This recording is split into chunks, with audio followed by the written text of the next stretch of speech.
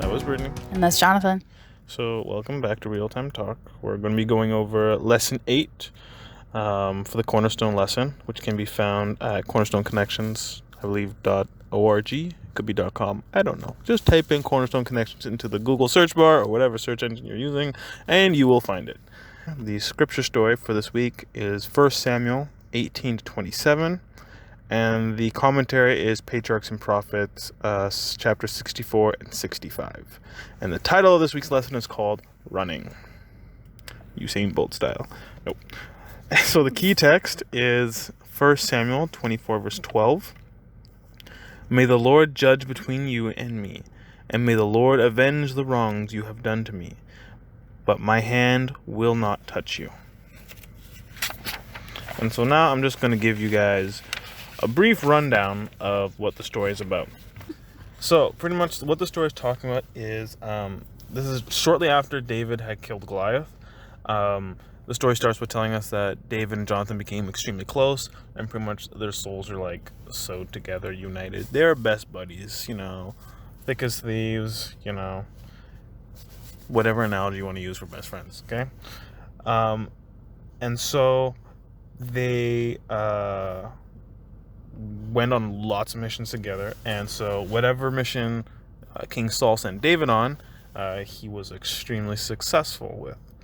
And so one day when they were coming back home after they had killed a bunch of Philistines, Saul comes in and they were saying, Saul has slain his thousands, but David his tens of thousands.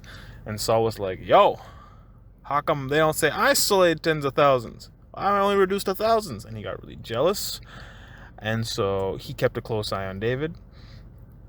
But then one day, while David was playing his harp for King Saul, an evil spirit came on him, and he threw the spear. Not just once, but on another occasion he threw it again, and he missed. Well, God helped David evade the spear, and he escaped.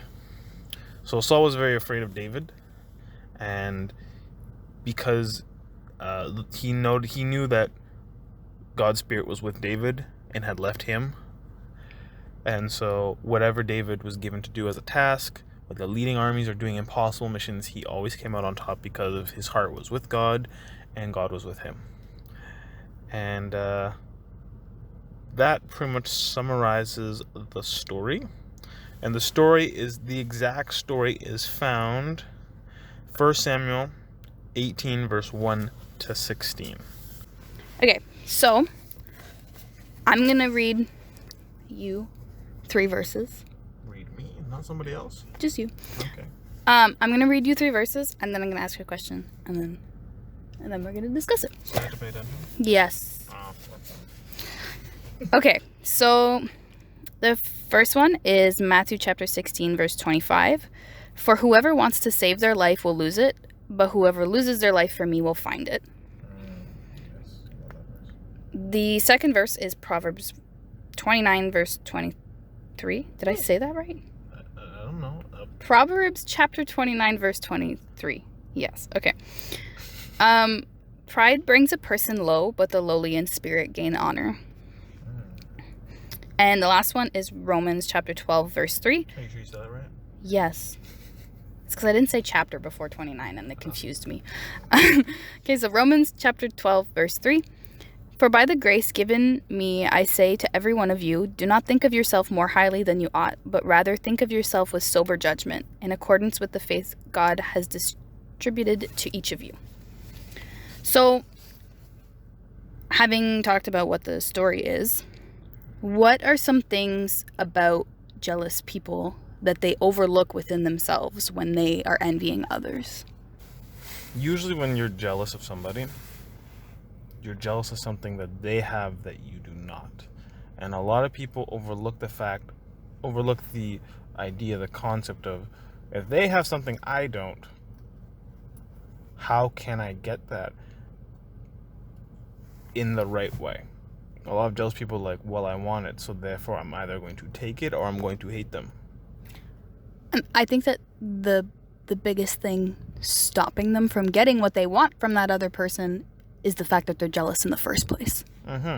Jealousy is I'd have to say, is the heart of all issues in the universe, because that's how we ended up where we are now. Because of the root of jealousy is envy, and because Lucifer was envious of the power given to Michael the Archangel, which is Jesus Christ, that's the whole reason why sin entered his heart, and why this whole entire great controversy, this galactic war happened in the first place. So, note to self, don't be a Satan, don't be jealous. Okay, so in the beginning you were talking about the friendship that developed between Jonathan and David. So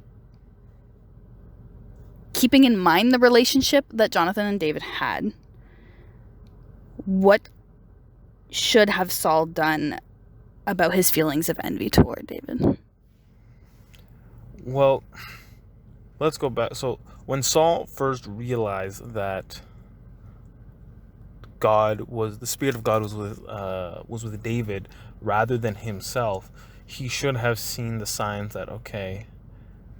And he was told, if you read the chapters before this, when Saul was first anointed king, you will read that Samuel told him, not once, but twice, that his kingdom would be taken away from him. The first time for offering a sacrifice and not waiting for Samuel, and the second time for sparing all the sheep, the cattle, and the king Agag from the... why do I not remember the tribe's name? It was the Amalekites? No. I have no idea. Amorites? Anyways, I should know this. I'm brain farting right now, so... Go read the story and you'll figure it out. Exactly. Anyways, or just let us know in the comments, Shout out if you know who it is. All right? And because of that, Samuel told him, listen, your kingdom will be taken away from you and given to another because you've done this, because you haven't listened to what God told you to do twice. And so he should have seen that, oh, this is my replacement. And instead of hating that person and trying to keep all the power for themselves, he should have tried to teach David, hey, David, this is what I did wrong. Don't be like me. And God probably would have had mercy on him and his household. And he will, his household wouldn't have gone out in a blaze of glory like they did. So I was going to keep this point for last, but because you mentioned it, I think it's a better time to talk about it now. So there's a question in the Connecting to Life section that says, what blessing or blessings did Saul overlook in his jealous rage at David? And after reading the end of the story, the point that I really got from it was not necessarily the point that the lesson is trying to convey, but what you were just talking about, how when Saul started realizing that David was his replacement, that he should have nurtured that and helped him get better. I think that sometimes teachers in general, mentors, anyone that are above someone else or teaching someone else, are afraid that they're all happy when they're getting better and they're getting better, but then when they start to surpass the teacher, then they start becoming that condescending, I'm gonna pull you back because you can't pass me. Mm-hmm. And I think that's exactly what Saul was doing. He was so afraid of David surpassing him. And that's a thing that I've learned recently is when you're mentoring someone, okay? And this is a thing that people they don't always realize, and I love the book 5 Levels of Leadership because it highlights this so eloquently. A lot of people are afraid of teaching someone how to lead or how to take their position because they're afraid they're going to be replaced. But what people forget is that when you teach someone to be better than you, it also elevates you to a higher level. Because then when they're asked who their mentors are, they say you. True. So because what happens is when you go and you become that pillar, that ladder that helps them get to the top shelf of something, of where they want to go, what are they putting on that top shelf? A picture of their mentor, which is you. Mm-hmm. So even though they're using you to get to a higher level, they're getting to that higher level and they're putting you up there. You're the praise, I wouldn't have been able to get up to this top shelf if it wasn't for this person supporting me. So And a lot of people forget that, like I said, when you mentor someone, when you start to enrich somebody, you are also enriching yourself, and you elevate yourself to a higher position. And Saul, many people forget, like, that's what was going to happen. David would have kept him in such, David already kept him in such high regard. Like, this Saul to David, like, Saul was untouchable to David. Like, Saul could barely do no wrong to David. And David would have been like, he's Saul, he's God's anointed, I can't touch him. Lord, have mercy on my soul. If even a hair on his head has been harmed. That's how high regard. And imagine if Saul actually came around and helped and mentored him. And not so much mentoring as like teaching him how to be a good king, because David pretty much had that in the bag. But more saying, don't mess up with these things, because they will come back to bite you. Mm-hmm. And another thing on your point, what's one of the blessings that Saul missed is, and I was thinking of that when you read the question, was go back to the beginning of the story, of the into the story. The relationship with Jonathan and David. His household was already secured by the, even if his kingdom was taken away from him, the next king's chief advisor would have been his son. All right. So even though he wouldn't have had his sons and daughters wouldn't have been king, his sons and daughters would have been the high council of the king. They would have been the best friend, that person like, yo, I need some advice. Jonathan would have been there for him.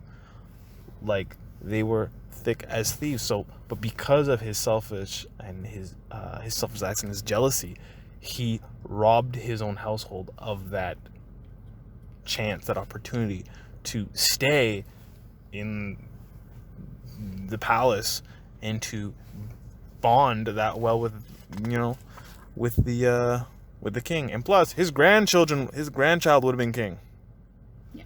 If he didn't mess that up. I'm just saying, like, there are many blessings he didn't see past because he's too focused on, I cannot let this person be better than me, instead of like, I need to enrich this person.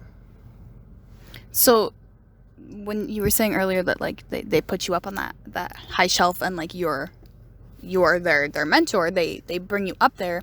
When you're being that mentor, people, like you said, are afraid of being replaced, but eventually you're gonna die.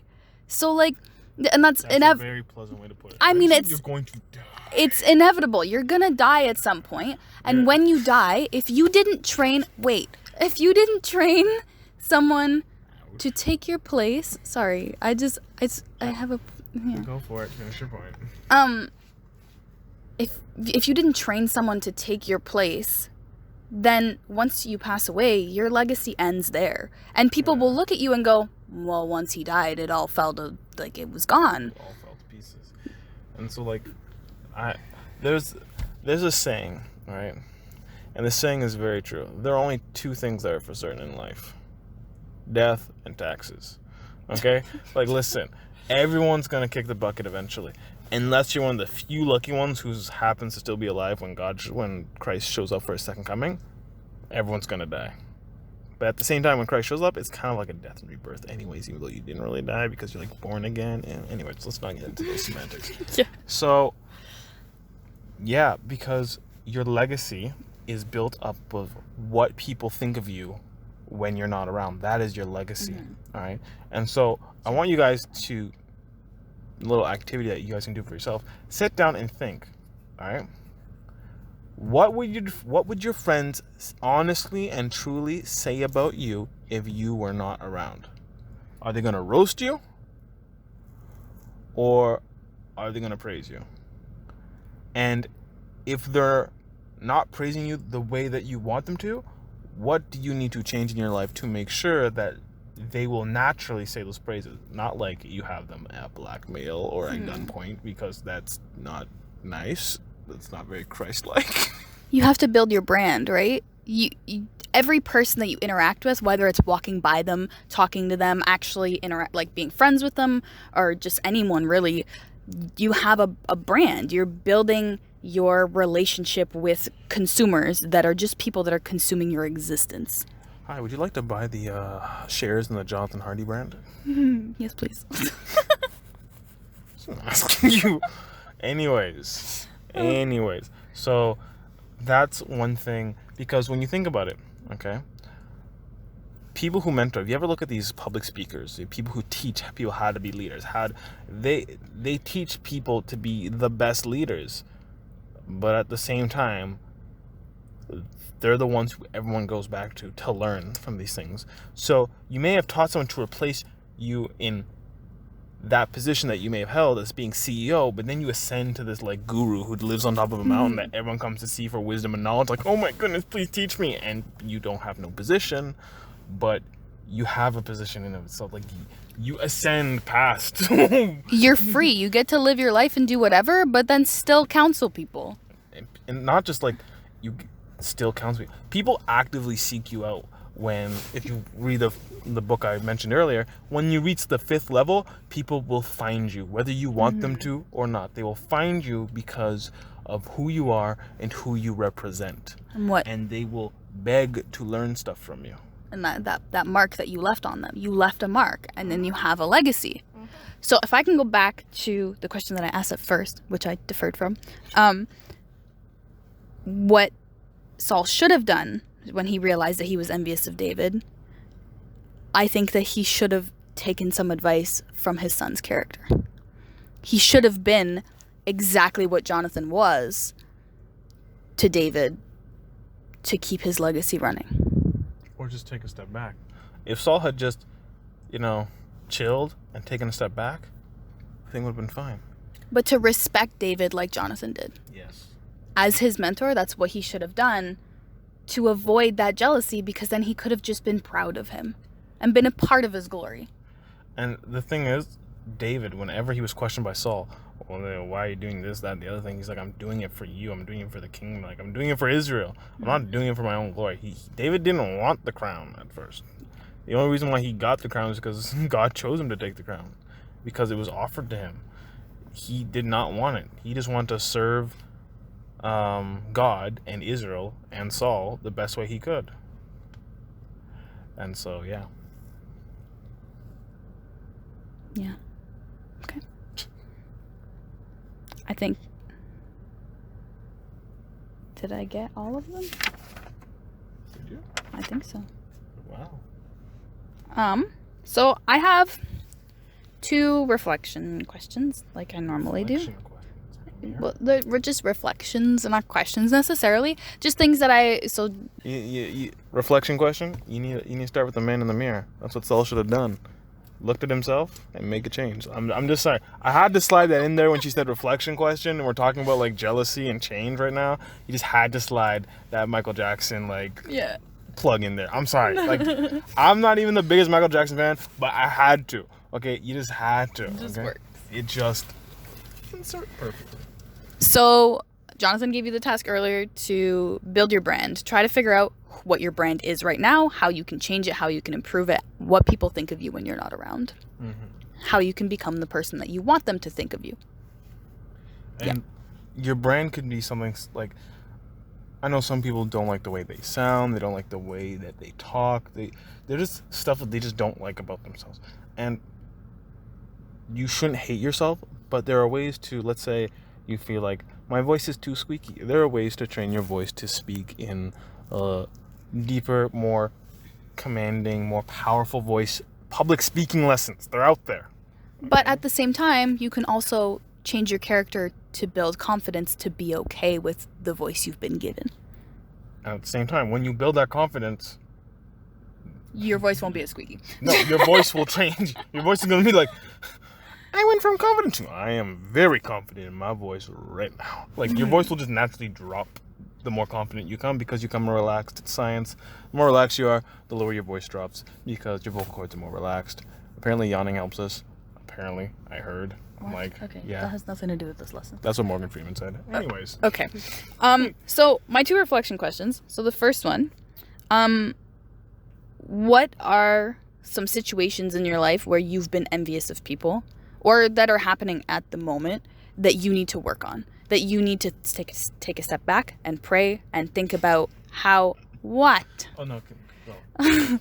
Take a step back and pray and think about how you can change your attitude towards it to become that mentor that leaves a legacy, or to become that best friend like Jonathan was. Okay, so situations in my life where I'm envious of other people. I'm envious of anyone else who makes more money than I do right now because I'm stone cold broke. So change your attitude towards that, befriend those people, and learn from them. I'm not envious in the way where like I hate them. I'm just like, Yeah. I'm like, oh, I'm cheesed over here. Like, I'm broke, like as broke can be. But at the same time, I have no one to blame but myself, which is where the thing comes in. It's just poor spending habits. And so the change I'd have to make is develop better spending habits. Absolutely. Or no spending habits. Like, I'm not sure which way it goes. Like, develop better spending habits. Doesn't mean you spend more. Shouldn't you develop zero spending? You spend smartly. So shouldn't be developing smart spending habits, not better, because better sounds like more. Sorry. I'm just saying, just develop zero spending habits, so you just like become like a hermit, like Scrooge McDuck in a mountain of gold. Like, I don't know. Okay, so that was the first one, and my second reflection. Okay, so to close, my last reflection question. Going back to Jonathan and David's relationship, who is God calling you to have a godly relationship with? Who is he calling you to stop being annoyed by, to stop shutting the door in their face, to really step back and be the Christian person that you're supposed to be, and to just take whatever comes at you and be that friend that's there unconditionally, that will never turn back no matter what happens? Okay, well, because I'm a Pathfinder director, like, I gotta go back to Pathfinders. Let's say you guys are in Pathfinders, right? Units have just been formed up, and you guys are polling for who's gonna be unit captain. All right? So this is a decision, and you may want to be unit captain, but you may realize that, your best friend has that little bit more oomph, that more potential to be a better leader for the unit than you are. And a lot of people, when you're kids and you're angry, like, I want to be captain. But at the same time, all right, a shepherd wouldn't be as efficient a shepherd without the help of a shepherd dog. All right? So if you realize that someone's going to be leading a group, that leader still needs a strong right-hand man to help rally everyone together, which is why I bring the analogy of the shepherd and the sheepdog. Because the shepherd is in charge of the flock. He's in charge of taking care of it, and he has a whole lot more responsibility than that dog does. But that dog is still there and has its back, and still has a very big share of responsibility as well. All right? So if you feel that, you find a friend who is being called to greater things than you may think you are called for, your job in life may just be to support them, no matter what, because that is in and of itself a very hard task to do and requires a very special person. I personally, this question means a lot to me, because I don't think I would have ever found Christ in the way that I did had John not been that godly type of friend that I needed at the time. And I mean, I put him through Lord have mercy. But I need so much rest after some of the hoops you made me jump through. Like, how many times this girl told me to up and leave? So many times, and I always had this thing in the back of my head. It was just like, she's like, leave before you get hurt. And I'm just like, my human self was like, we out. But something in the back of my head was like, nah, hang in there. Just don't stick with it. Just keep sticking with it. I'm like, all right, no, I'm not going anywhere. I'm staying right here. You know how many times I said that to this girl?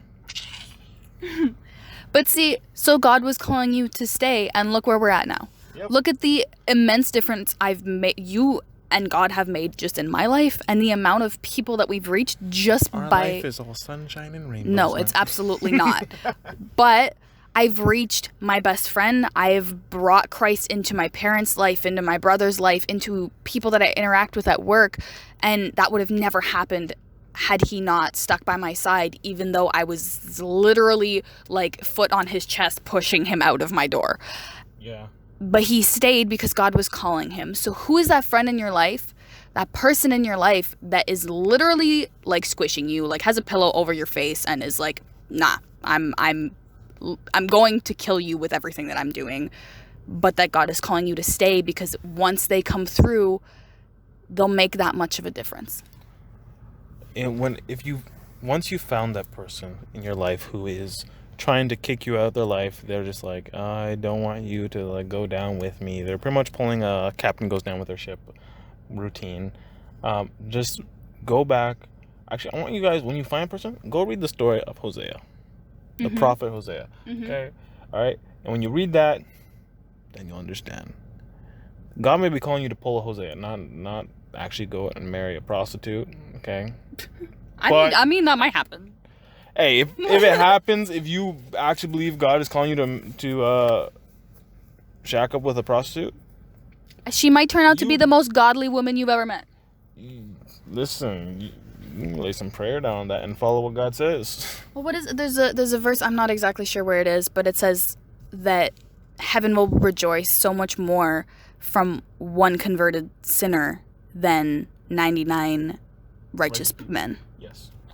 I am not quite sure what it is, but I believe it's New Testament or it's in the I feel like it's in prophets. Luke somewhere. It's either in the Gospels or it's in the major prophets. I read it recently, so it's either Chronicles or Luke. I'm pretty sure it's in Luke then. But yeah, so keep that in mind. All right. And yeah, I'm not sure if I have anything else to say. I think that's everything for this lesson. That was a lot of stuff shoved into 20 minutes. Yeah. If you have any questions, 20 minutes and change. yeah, well, it's 27 minutes. By the time editing is done, 20 minutes and change. Yeah. Okay, so if you have any questions, you can email us at info.lessonsforyou@gmail.com. We're on Spotify now and a bunch of other podcast things that I don't know the names of. Every day. So in the show notes, there's a link where you can click on there and you can leave us voice messages if you want to, like if you have a question that you want us to like put on the show, you can leave that there and then we'll have your question and it's you saying it on our podcast. So there's that. You can email us info.lessons. I know. I'm saying it again. Stop it. info.lessonsforyou@gmail.com. We have a Facebook page. We're called Real Time Talk. Yeah. And YouTube. Yes, we're on YouTube as well. Real Time Talk. Yeah. You all hear that? Get the bell on. Okay. Hey, you're not going to know about the new videos unless you get that bell on. Or just follow us on Spotify or whatever you listen to. Listen to us on. Yeah. Your English is very good today. I know. I'm a very good English. I English very well. Yeah, I English very good. All right, so stay in school. Sab school. Stay in Sab school.